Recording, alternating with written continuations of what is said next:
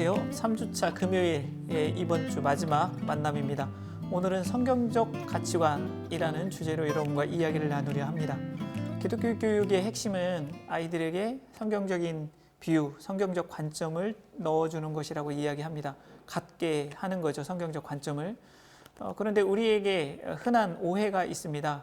교육은 중립적이다 라는 오해입니다. 미국의 근대 교육의 아버지로 알려진 존 듀이라는 분이 한 이야기를 리차드 애들린이라는 분이 그의 책에서 소개하고 있습니다. 존 듀이는 이렇게 말했습니다. 기도를 들으시는 하나님은 믿을 수 없다. 유행에 뒤진 것이다. 이렇게 존 듀이는 철저하게 하나님을 부정하는 사람이었습니다. 그런 분의 사상이 미국의 공립학교를 설립한 거죠. 그리고 이어서 리차드 애들린은 존 더피라는 인본주의 사상을 잘 정리한 논문을 발표한 이분의 이야기를 또한 전하고 있습니다. 기독교에서 이웃사랑을 실현하지 못했다. 그런데 이 이웃사랑을 실현할 수 있는 사상은 인본주의다. 결국 인본주의가 승리하게 될 거다 라는 이야기를 했다고 이야기합니다. 미국의 공립학교의 흐름은 반기독교적 아니면 반성경적일 수 있습니다. 어떤 측면에서는요. 그런데 우리는 흔히 공립학교의 교육은 중립적이기에 그저 따라가기만 하면 된다 라는 생각을 가지고 있습니다. 어떻게 생각하십니까? 지금 존 듀이, 그 다음에 존 더피라는 분의 이야기를 전해준 리차드 애들린이라는 기독교 교육학자의 말에 대해서 여러분은 어떻게 생각하십니까? 분명히 공립교육에 어떤 교육이라고 한다면 그 교육을 창립한 사람들의 가치관과 사상이 들어가 있는 겁니다. 학교 현장에서도 생각해 보십시오. 교사가 한 인격체이고 자기의 생각과 자기의 경험을 가지고 있는데 어떻게 교육을 중립적으로 할 수 있겠습니까?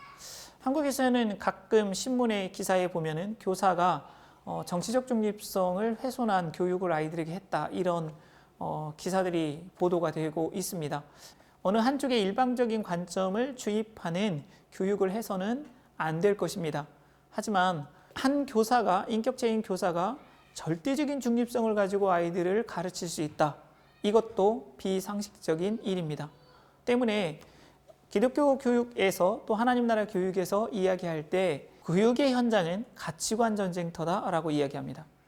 많은 청소년 전문가들이 이렇게 이야기를 해요. 청소년들이 그 시기를 어느 사회, 어느 국가에서 자랐느냐에 따라서 그 아이는 그 나라의 사람이다 라고 말합니다.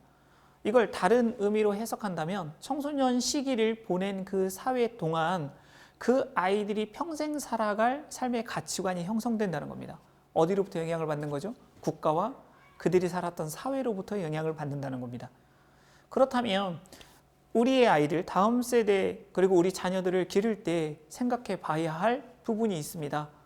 가정에서는 아이들이 어떤 가치관, 어떤 관점을 배우고 있는가, 그리고 아이들이 교회에서는 어떤 관점을 배우고 있는가, 또 한국 사회에서 아이들은 어떤 가치관, 어떤 관점을 배우고 있는가, 또 한국의 공립교육은 아이들에게 어떤 관점을 넣어주고 있는가. 분명히 교재를 만들었다면 그 교재를 만든 학자들의, 교육자들의 관점이 담긴 겁니다.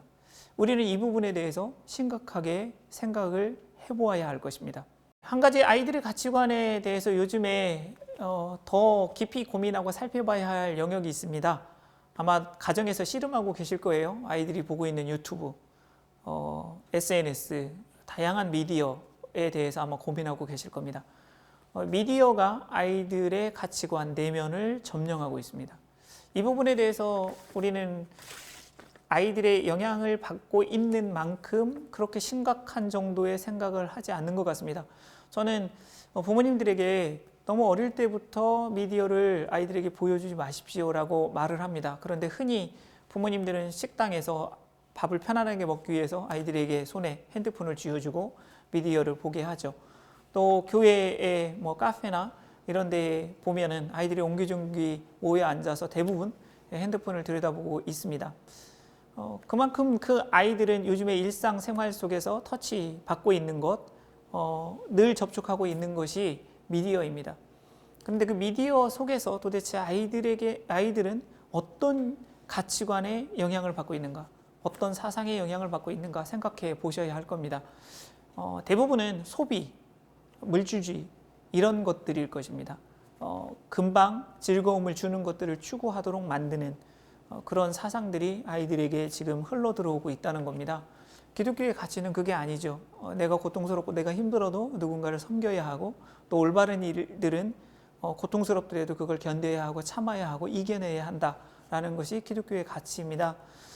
이렇듯 교육 현장에서 또 미디어 속에서 아이들이 어떠한 영향을 받고 있는지 부모님들은 꼭 챙겨 보셔야 할 것이고, 또 교회에서도 사실은 미디어의 영역까지도 충분히 다루어야만 하는 그런 시대적 과제가 주어지고 있습니다.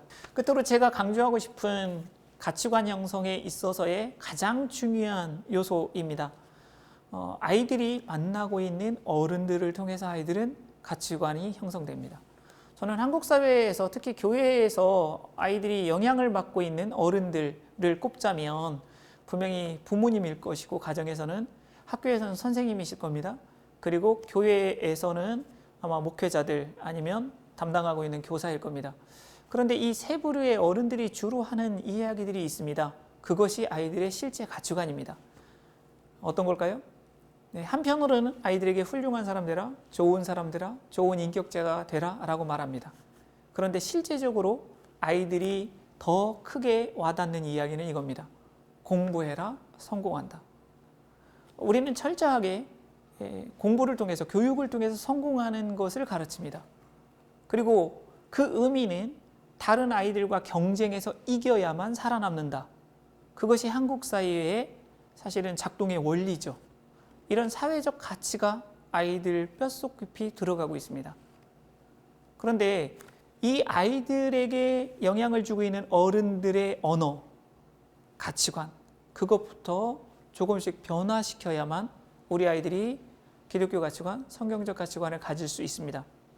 우리 부모님들, 그리고 교회의 리더십들, 또 학교의 선생님들까지 이런 말로 좀 바꾸면 어떨까 싶습니다. 하나님 안에서 너 자신이 되라. 하나님 안에서 내 삶을 살아가라. 분명히 하나님은 하나님께서 한 아이마다 독특한 인격체로서의 꼴을 만들어 주셨습니다. 그걸 우리가 변형하거나 훼손하면 안 되고요. 우리가 원하는 대로 아이들을 만들어서도 안 되죠. 어쩌면 이것은 영적인 일일 겁니다. 하나님의 존중, 하나님께서 만드신 작품, 아이들을 하나님이 원래 계획하시고 뜻하셨던 대로 성장하도록 하는 것. 그리고 두 번째는 하나님께서 그 아이에게 주신 역할을 스스로 찾아서 그 일들을 해낼 수 있도록 하는 것이 성경적 교육입니다. 이런 가치관을 아이들에게 넣어줬으면 좋겠습니다. 성공해라, 공부 열심히 해라. 이 부분도 꼭 틀린 말은 아니지만 보다 더 성경에 가까운 가치관, 너 자신이 되고 너 자신의 삶을 살되 하나님 나라 안에서의 삶을 살아라. 이러한 가치관이 아이들 속에 형성될 수 있도록 우리 주변의 어른들이 같이 노력했으면 좋겠습니다. 들어주셔서 감사합니다.